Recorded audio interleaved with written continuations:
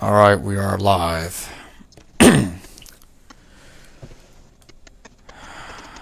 Hopefully everything works just fine now. So, let me check the sound.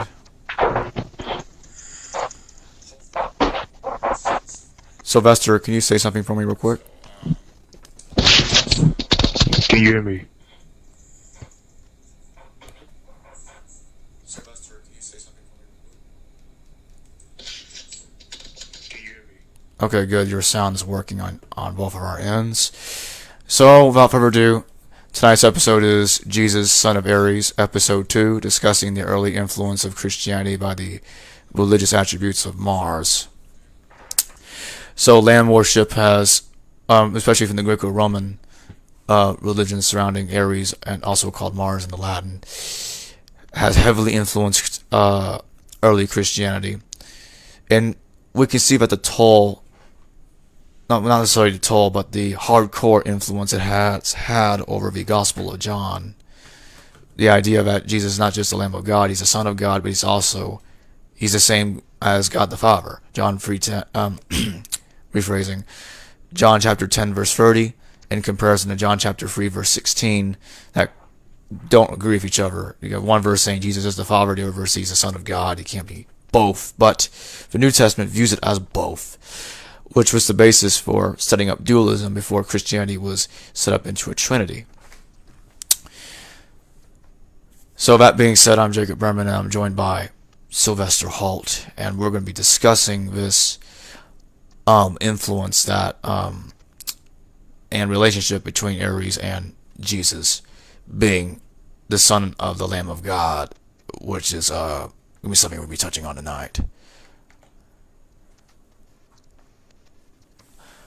Alright, Sylvester, so you know how lamb worship has not just influenced Judaism, but has made its way into Christianity as well. Even though that in the Zodiac, when Christianity started and the age of Pisces began, the Christians, a lot of them were Jews converting over to another faith, did not want to leave the lamb, the worship of the lamb, if you get my point. So, Yes. so they wanted to maintain themselves throughout Christianity by keeping what they remembered. They didn't want to abandon everything. They wanted to have something that reminds them of what they once were. Because they're going to be like, we can't just throw everything down the toilet and just flush it like it never happened. We're not just going to stick with the fish god. Let's make him a lamb god too. That kind of stuff. But what's very interesting is that the Roman Imperial Cult had their hand on this. Because we have to remember Josephus and someone else is very important to the equation. Apollonius of Tyana. You ever heard of him, Sylvester? His name sounds familiar. Yeah, Apollonius of Tyana is a very important historical figure that has influenced modern day researchers into the historicity of Jesus. Also, it is the origin of the theory that Jesus traveled to India. Are you familiar with that? That Jesus traveled to India and came back and learned Hinduism and stuff like that? I heard that claim before. Well, that came from the story of Apollonius of Tyana. Because there are people to this day that believe that Jesus actually is Apollonius of Tyana. And because Apollonius of Tyana traveled to India in real life, that's where it gave rise to the idea that Jesus traveled to India too, because there are some people that believe Jesus is Apollonius of Tyana. Now, there are a few things that are interestingly similar to Jesus in regards to the Apollonius of Tyana story. And you can read this in the Life of Apollonius by Philostratus. He wrote this in the 2nd century. But he was also alive in the 1st century, so that's something else that is very important about him. Now, without further ado, Apollonius has the story of the empty tomb. It's not exactly the same as Jesus' story of the empty tomb, but it's similar. He also ascends to heaven after he supposedly died. Or some suggest he didn't die at all, but ascended to heaven, period. So it's not exactly a resurrection. It's kind of like a resurrection. It kind of isn't. And also the other thing I want to point out is Apollonius was born in ancient Turkey. He was also born in Tyana, which is in Turkey. But later his father had him move to Tarsus to get educated by a Phoenician teacher. Now that's important because this actually connects with Saul of Tarsus, if you get where I'm going with here. It's the Saul of Tarsus? Yeah, Saul of Tarsus. Because you have to remember Apollonius of Tyana, when he was little, he was moved to Tarsus, which is also located in Turkey, to be taught by a Phoenician teacher. So it's similar to Saul of Tarsus, if you see what I'm going at here. Yes. Okay, now, you and I both know that from someone that's researched from the historicity point of view, we can't find any evidence for Paul having lived, nor can we find evidence for even the gospel writers, and we cannot find evidence for Saul of Tarsus. But in my research, I came across theories that connected Jesus with Apollonius and Paul with Josephus. And as a matter of fact, people have been writing that Paul and Josephus have had the same story since the 1870s, actually. So, we get into the life of Flavius. And what's interesting about the life of Flavius Josephus is that Josephus, his ship wrecked in the Sea of Adria, also known as the Adriatic Sea. Just like in the book of Acts, Paul shipwrecked in the Sea of Adria. Now, nobody doubts the existence of Josephus. And since we can't find evidence for Paul, that is, of course, unless Paul is Josephus, if you see where I'm going with this. You see where I'm going with this? Yes. So, there's also another important similarity. Josephus betrayed the Jews to the Romans.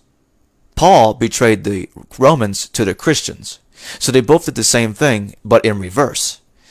And when I realized that, I even realized, well, the theory that Paul and Josephus are the same looks like it's credible. But what about Saul of Tarsus? It's just like, I find it strange that Paul has the same, that Saul and Paul, two different people, are supposed to be the same man in Christian tradition, and that's bothered me. Unless, of course, Saul and Paul were originally different people. If evidence of Saul's existence can be confirmed anywhere, then there must be someone in the first century that is historically confirmed to exist that must have a similar story to Saul of Tarsus if Saul is real. Because we cannot independently confirm Saul of Tarsus' existence without realizing he's based on somebody else, and there was some sort of identity swap that occurred. So when I was doing some more research into Saul of Tarsus, I realized that Apollonius and Josephus both met and worked with the Roman emperors. Now that's very important because if we look in the Apollonius at Tyana story, Apollonius is supposed to be the son of Apollo. At least he's supposed to be the son of another god or Zeus. It depends on who his father turns out to be. Now this is where Mars starts to sneak his way into Christianity. You remember I was telling you the other time about the Orphic Trinity? Zeus, Hades, Helios, Dionysus, three gods and one godhead? Yes. There's something else called the Capitolian Triad in Rome. Now remember, the Romans and the Roman names of the Greek gods are the same. There's no disconnecting the two. The Roman gods from the Greek gods are just the same, interchangeable for one another. We have to realize something else.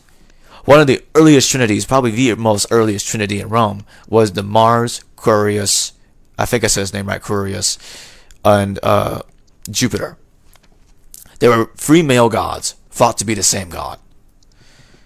You have to remember that in the Orphic counterpart, Zeus, Hades, Helios, Dionysus are also thought to be the same god. So when I realized that, I then thought to myself, well, a quadrinity has been identified with a trinity, because you have to remember that the Romans and the Greeks thought their gods were the same. So if you say that Mars and Jupiter are the same god, then you're also saying that Mars and Helios and Dionysus, Zeus and Hades and Curious are the same god. Now that's important because since they're all viewed as the same god, that gives Mars an insurmountable amount of attributes.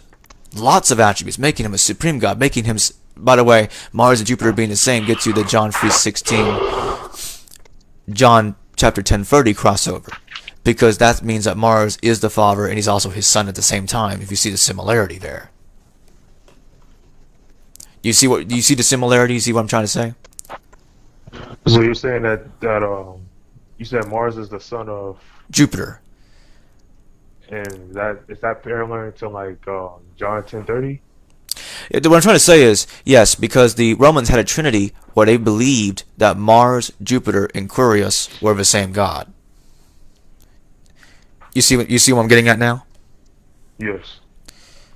Now, at that point, we also have to remember something else, and this is huge. Dionysus is also a descendant of Ares, if you look at the Greek divine family tree. Now, Dionysus, he was put on trial.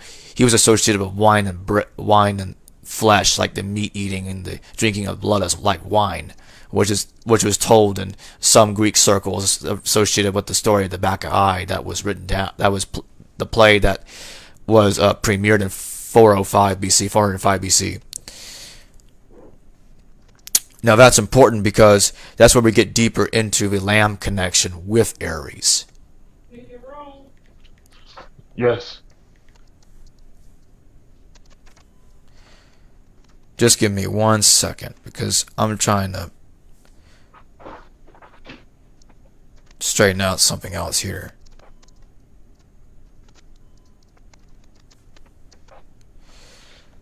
So do you think like I'm just giving my thoughts.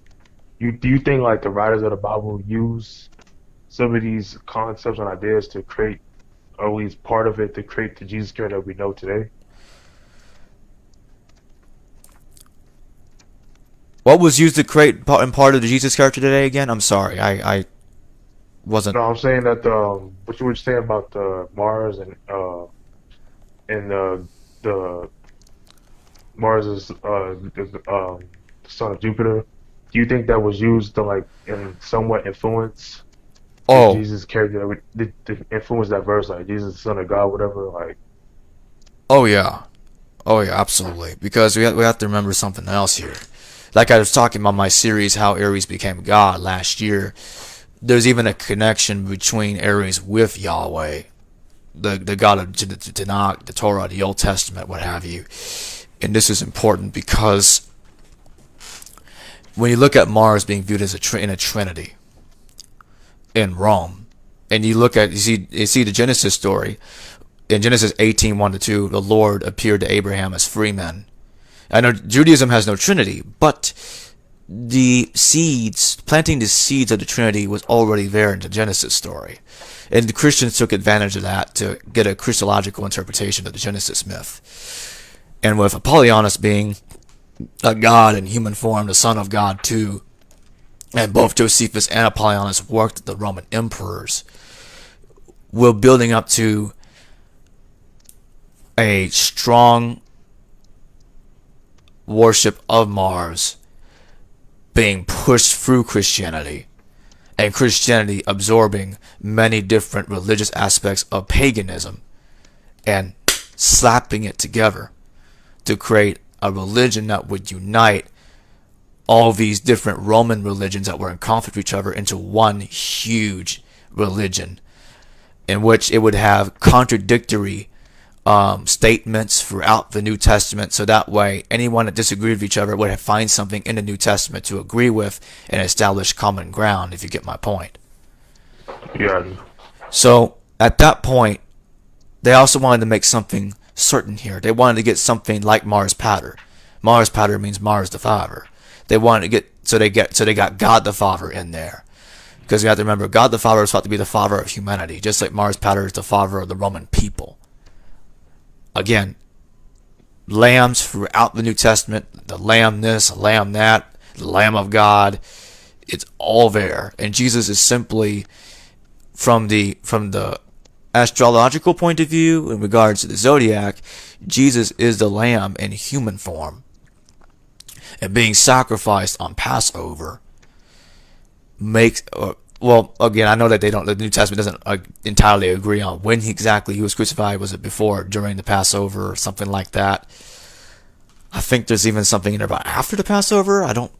I'm probably misremembering there. But in the end, they have this Passover thing being linked with Jesus anyway, just like the lamb is sacrificed during Passover. So that's the point I'm trying to make here. And by the end, yeah, I certainly do believe it influenced Jesus heavily. And we also have to remember something else. Pretty much, you can find pretty much almost every miracle of Jesus in the Greco-Roman myths.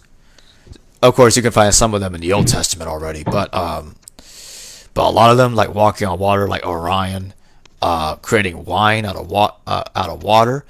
Dionysus creates wine. The only difference is Dionysus doesn't use water. He creates wine without the need of using water to do it.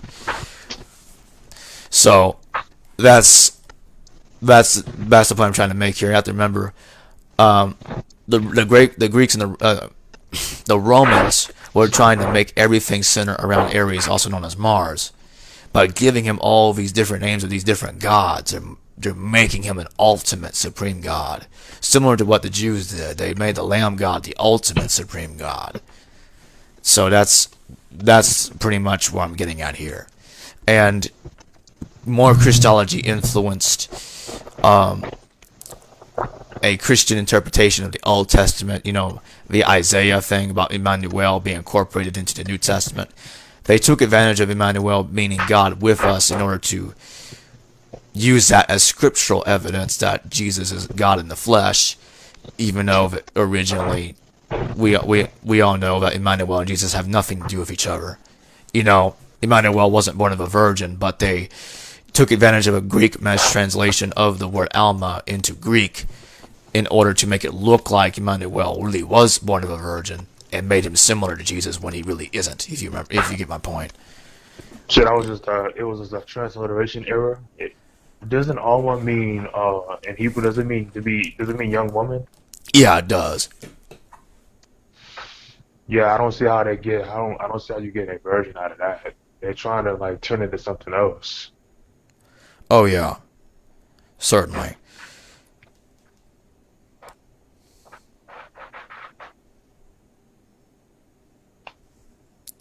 So at that point,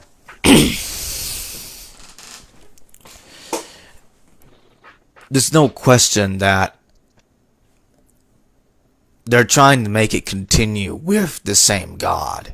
That's why it's set up. That's why the New Testament mentions a lot of Old Testament characters such as Adam,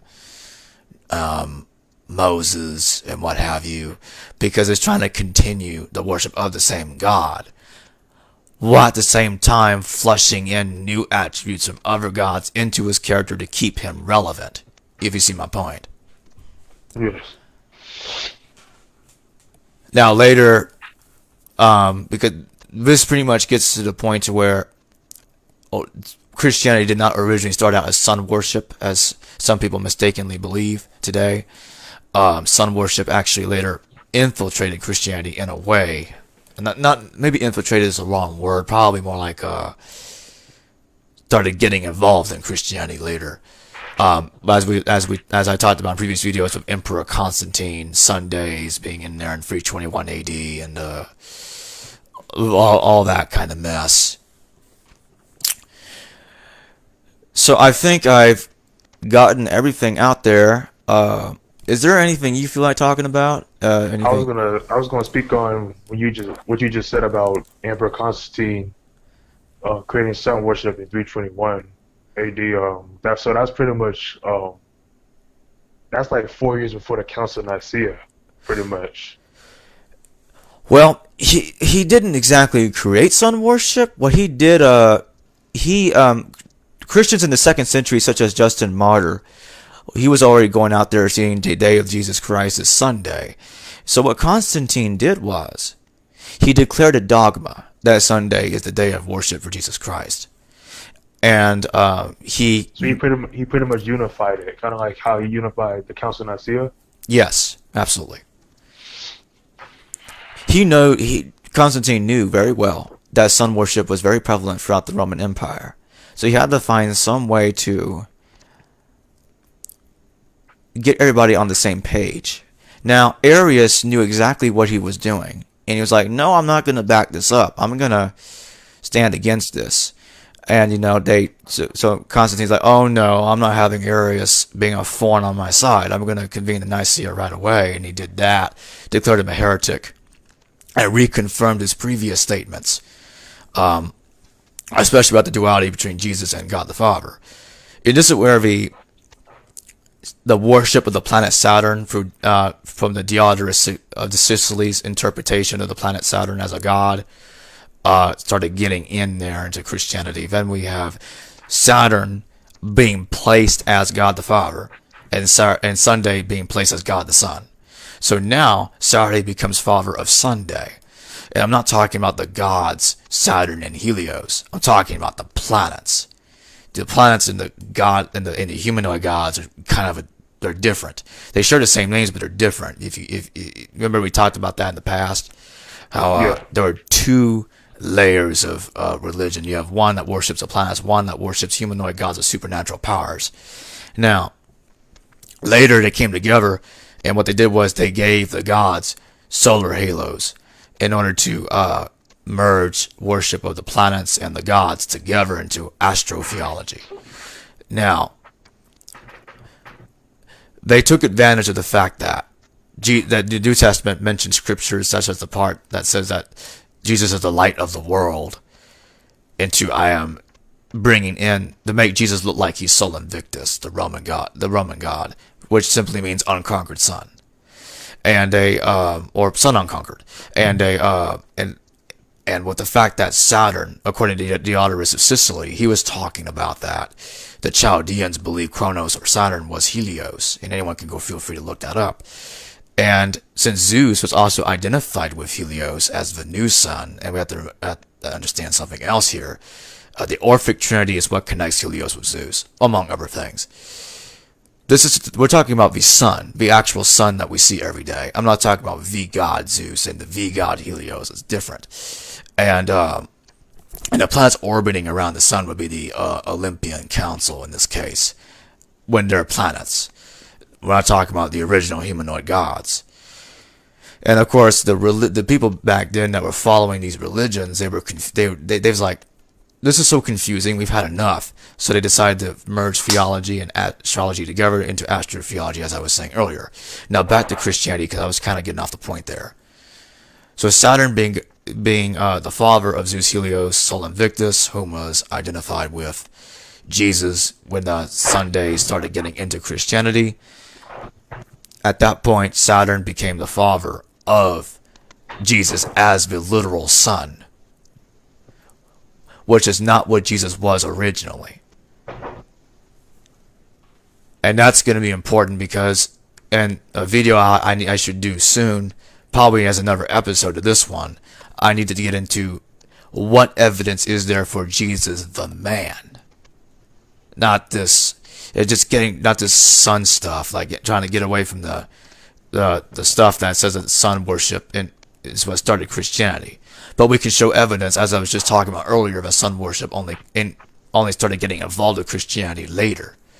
Now, yes, I know I talked about in the past Revelation, talking about the four horsemen coming from the four horses of Helios and Phaethon being struck down by Zeus, so that way humanity doesn't get set on fire because Phaethon lost control of his chariot, bringing the sun too close to the earth, and the sun chariot being depicted with four horses.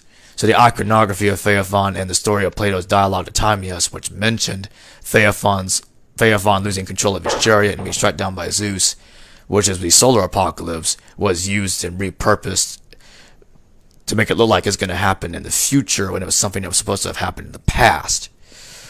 So yeah, there are some exceptions of what I said, if you want to consider that. Sun worship influencing the book of Revelation.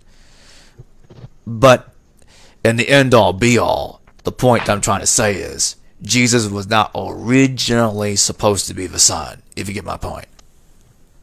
It Yes. was only later, way later, that Jesus was eventually seen as one and the same with the Son.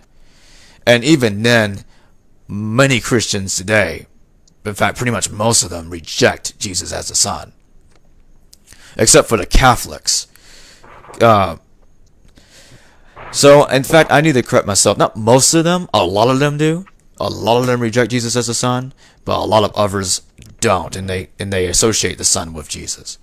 So that's the thing that's happening today, and you have organizations like Seventh Day Adventists trying to stick with the Saturday being the original dominant day in Christianity, and the Jehovah's Witness rejecting the astrological characteristics of Christ in favor of the theological interpretation of Christ as a humanoid being with supernatural powers. So even today, we're seeing pretty much a war of words between theology and astrology within Christianity that has divided it heavily. Is it possible to say that Jesus could be an extraterrestrial? I don't know if that makes any sense, but I'm just trying to like tie this stuff together. Well, if we consider the fact that, I mean, that the original death and resurrection story, well, as far as we know, the original death and resurrection story was told in Samaria, which is over 7,000 years ago. We would have to push this story way back to the original story that of a death and resurrection. In the end, if Jesus was based on somebody who was based on somebody who was based on somebody who was based on somebody that really was an extraterrestrial, I don't know. Then again, I'm agnostic, and I mean, I know you are. What do you consider yourself to be, agnostic or atheist? I don't remember. I mean, I consider myself agnostic, atheist. I mean, the words are kind of interchangeable. They I kind of agree. mean some of the same thing, I but I agree. also I also consider myself humanist too. Like I try to like push positivity and like the humanity in the human race and just not try to be a negative person. But I do consider myself majority agnostic atheist. Like I consider myself a free thinker, a secularist, an empiricist, Oh meaning that yeah. like I base all my knowledge based on my senses. That's the only way I can tell. That's the only way I can seek knowledge is through my senses. And other than that, Yeah, I agree with you on everything you said. I totally agree with you. Same here. Um, Now the thing about that is, like I was saying before, Jesus is being based on somebody that died and rose again, who was based on somebody that did the same thing, based on somebody that did the same thing, and it was passed down over a long period of time. So that means if there was, assuming that's even possible, that a death and resurrection happened, it would happen a really long time ago, not 2,000 years ago. We're talking about a way long time ago. Yeah, I know that they talked about space chariots, chariots, and people interpreted it as spaceships. Uh, Chariots fighting each other in the sky like aircraft, and huge wars that were talked about in the ancient text. I don't know, because one thing I always found creepy is that the gods are depicted looking very human. And we know that back then there were people that were deified, regular people that were deified into gods, like Alexander the Great, Pharaoh Akhenaten, Antiochus IV Epiphanes, and many more. And go ahead, you're about to say something. um, speaking of Pharaoh, you said Pharaoh knocking. You know about he deified him as the is it the sun disk Aten? Yeah, he tried to get people to believe that he's a living image of Aten in the flesh, like John was talking about, Jesus incarnated in the flesh. I mean, God manifested in the flesh. That's what I meant to say. Yeah, because I hear this all the time from the conscious community. They like to say that majority of people or gods in Egypt were not the gods were not real, but like you said, like Akhenaten viewed himself as a god. He deified him as a god, and he had people worship him as he was a god. Oh I yeah, think that lasted for like 20 years until they went back to their old polytheistic beliefs. I think. it was supposed to be about 17 years, if I remember correctly. And well, long story short, after his 17-year reign ended and Akhenaten died, they tried to get rid of his the memory of his reign and even him ruling Egypt altogether, including blotting him out of the king's list, not even mentioning him in there at all. So they put a lot of effort into trying to erase him from history. And in the end, going back to what you were saying earlier, I don't necessarily believe that God just made up out of thin air by just looking up at the stars and the planets. So like I said, I don't know. I don't really know how these stories started. I wouldn't be surprised one way or another if there's some history to these stories about the gods. I wouldn't be surprised. And Aten and really the evolution of Ishkur into Yahweh over many thousands of years period, as I was talking about how Ares became God, and I'll talk about more in the future. They really put a lot of effort into making this God monotheistic and making the dying rising God his son in Christianity and tying in the lamb worship in both of them. They did. They put a lot of effort. And after Akhenaten failed to bring Atenism in Egypt, to maintain Atenism in Egypt, I should have said, they obviously relocated it to Israel where it found more success. And but yeah, at that point, like I said, they put a lot of effort into this. But as far like if we even try to go further back in history, it's kind of hard to find where all this stuff came from. It's like it's like a chain reaction, and it just keeps going and keeps going. It's like infinite amount of borrowed stories from borrowed stories, and it just keeps going and going. It's like we're not gonna. It's like where will it end? Well, when I was looking into the Mesopotamian text, I noticed that the more the story was borrowed, they applied more changes to it. They added things to it that wasn't there originally. So basically, they're adding their own original flavor to each copy of the story. And when I looked at Mesopotamia and after deconstructing much of the myths, I realized that the Mesopotamians had shorter stories about dying rising gods. It got smaller the further you went back into history, and it didn't have as many attributes to them as the later dying rising gods did. So I imagine if Mesopotamia isn't the original, if they didn't have the original death and resurrection story, then we're probably getting close to getting the original, if it hasn't already been found yet.